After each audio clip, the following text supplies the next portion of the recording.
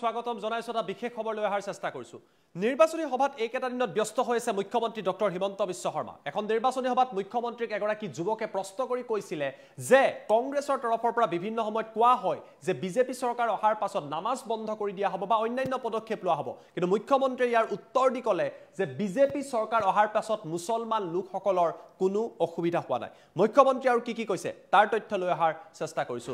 star cement election breaking আমি জনাইছো এই বিশেষ খবৰ বিজেপি চৰকাৰ অহাৰ পাছত মুছলমান লোকসকলৰ নামাজ বন্ধ হোৱা নাই কিন্তু ইয়াক লৈ কংগ্ৰেছে অপপ্ৰচাৰ চলাইছিলে কংগ্ৰেছে কৈছিলে যে বিজেপি চৰকাৰ আহিলে মুছলমানৰ নামাজ বন্ধ কৰি দিয়া হ'ব এইদৰে অপপ্ৰচাৰ চলোৱা হৈছিল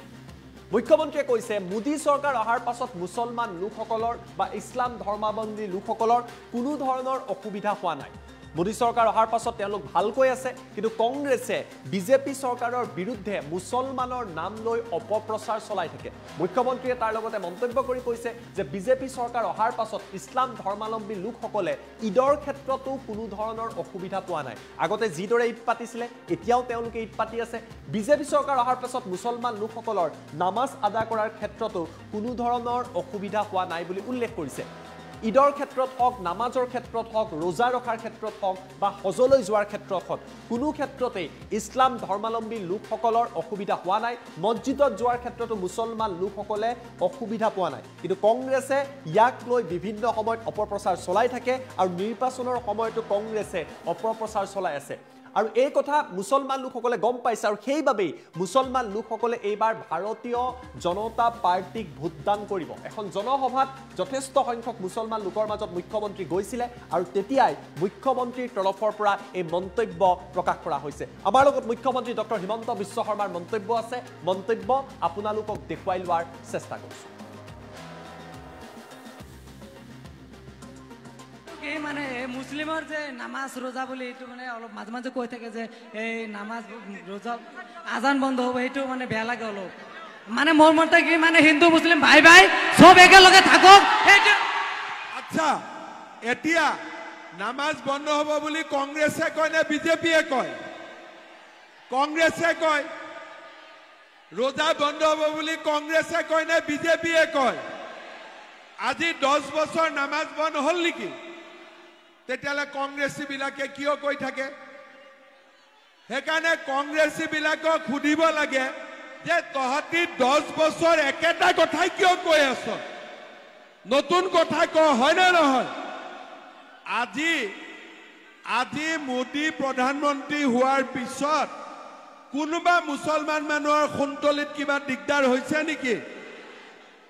নেকি দিগদাৰ হোৱাটো কাৰো নাই কিন্তু প্ৰচাৰ কোনে চলাই কংগ্ৰেছী বিলাকে চলাই থাকে হয় না নহয় হেকাৰণে কংগ্ৰেছী বিলাকক ক'ব লাগে যে তহতৰ খুটা কম্বলৰ দিন গ'ল আৰু এবাৰ মামাক ভোট দিম হ'ব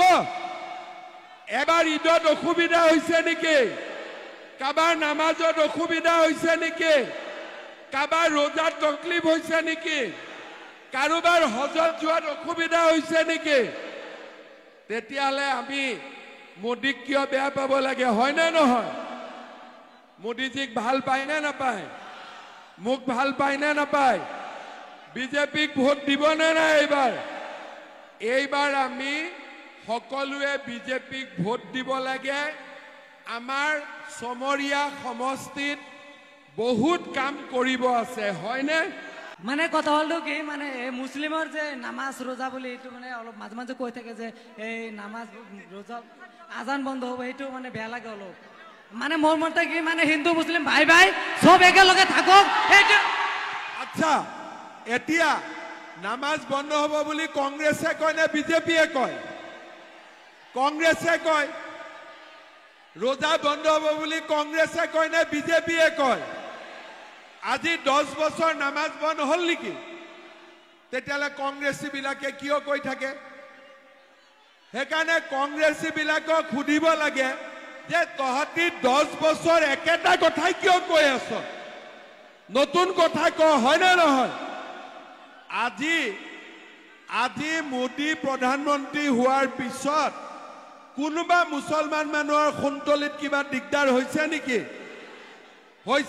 দিগদাৰ হোৱাটো কাৰো নাই কিন্তু প্ৰচাৰ কোনে চলায় কংগ্ৰেছী বিলাকে চলাই থাকে হয় না নহয় সেইকাৰণে কংগ্ৰেছী বিলাকক ক'ব লাগে যে তহঁতৰ খুটা কম্বলৰ দিন গ'ল আৰু এবাৰ মামাক ভোট দিম হ'ব এবাৰ ঈদত অসুবিধা হৈছে নেকি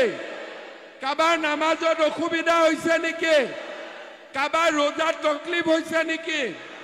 কাৰোবাৰ হজত যোৱাত অসুবিধা হৈছে নেকি তেতিয়ালে আমি মোদীক কিয় বেয়া পাব লাগে হয় না নহয় মোদীজিক ভাল পায় না নাপায় মোক ভাল পায় না নাপায়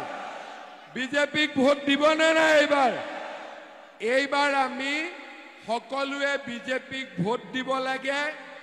আমাৰ সমৰীয়া সমষ্টিত বহুত কাম কৰিব আছে হয় না